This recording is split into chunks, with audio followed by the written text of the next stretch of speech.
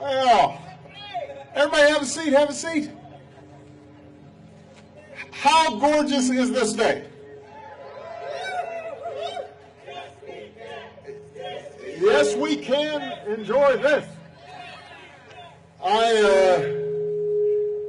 This has to be the perfect way to spend Father's Day and Father's Day weekend. And yesterday our family checked out Carlsbad Caverns down in New Mexico.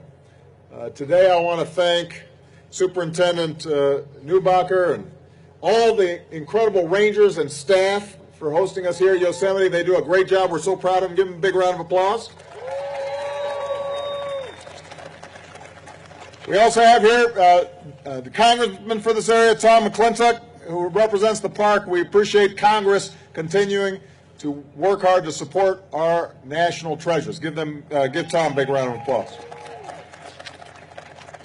So, in the West Wing lobby, I've got a painting of Vernal Fall and Half Dome, but it looks slightly better in person.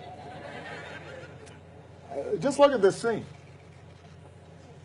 You can't capture this on an iPad or a flat screen or even an oil painting. You've got to come here and breathe it in yourself. This park is home to El Capitan and Yosemite Falls, one of the tallest in North America, to deer and to falcons and to bobcats and 2,000-year-old sequoias. It's a park that captures the wonder of the world, that changes you by being here. There's something sacred about this place. And I suppose that's why the walls of this valley were referred to as cathedral walls. Because here at Yosemite we connect not just with our own spirit, but with something greater. It's almost like the spirit of America itself is right here. So it's no wonder then that 150 years ago, President Lincoln first protected the ground on which we stand. And then Teddy Roosevelt, who called the great trees here a temple grander than any human architect could possibly build, spent a whole bunch of time camping around here with John Muir, a man who gave life to what's been called America's best idea, our national parks. As he said after his visit, we are not building this country of ours for a day.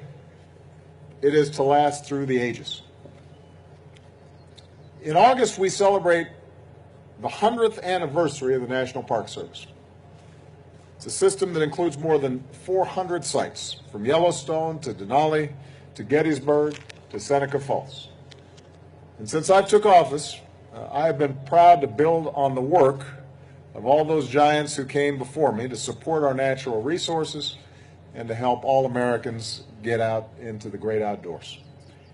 We've protected more than 265 million acres of public lands and waters.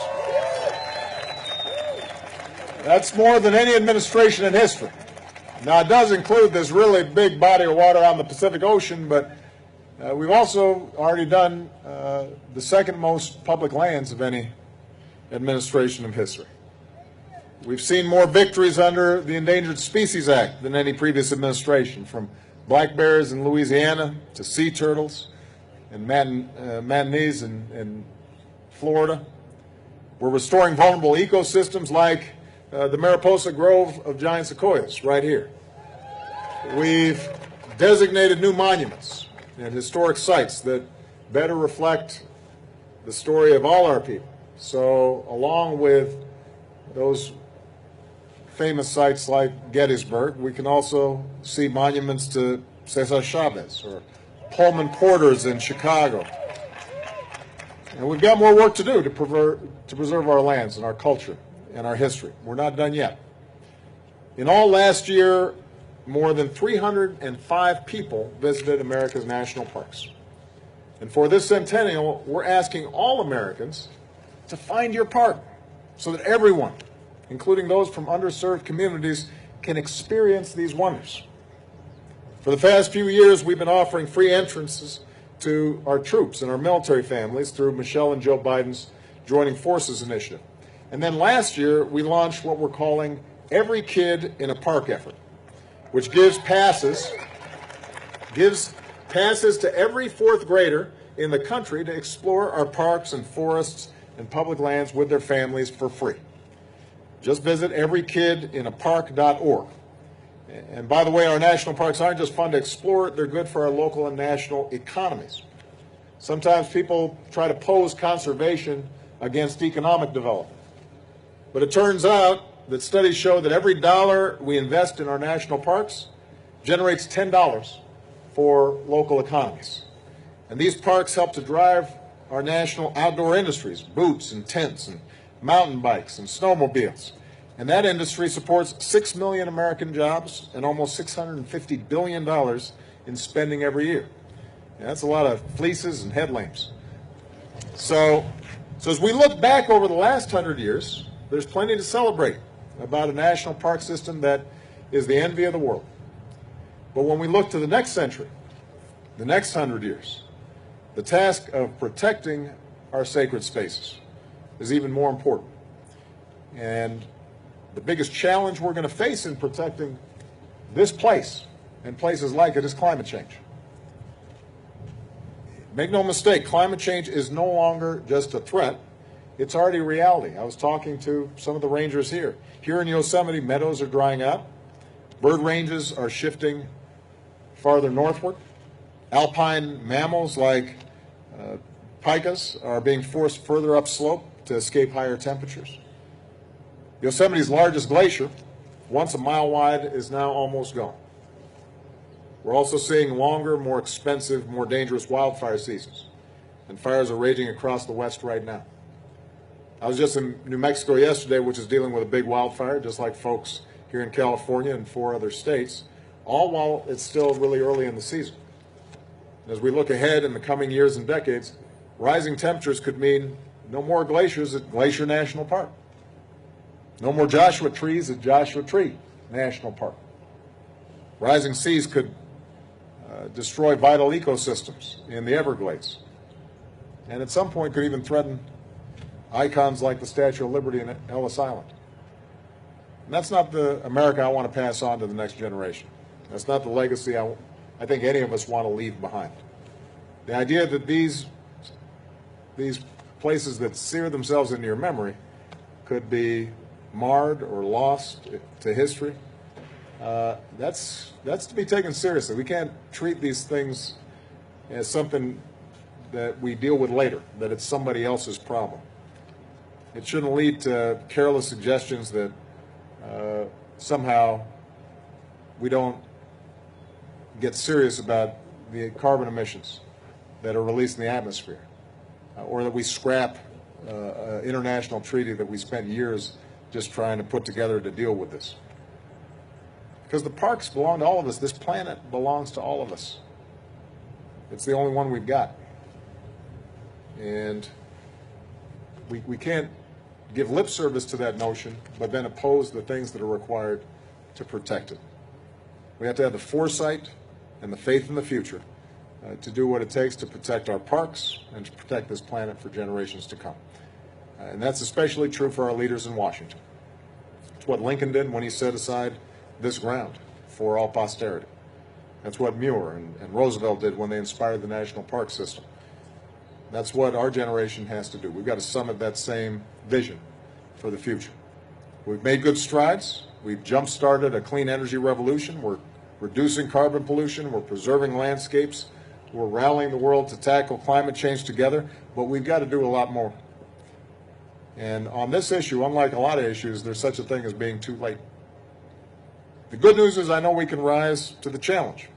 Over the last 7 years, we've proved it, and if we keep at it, we're not just going to safeguard this place. We're going to protect our communities from rising seas and stronger storms and brutal droughts, but we're also going to protect our children's lungs from breathing dirty air. We'll protect vulnerable peoples from displacement. We'll protect our national security, because we won't be seeing refugees displaced because of conflict and scarcity. And we'll build on that legacy of all those who came before us, who stood in these parks more a century ago and talked about an America that lasts through the ages.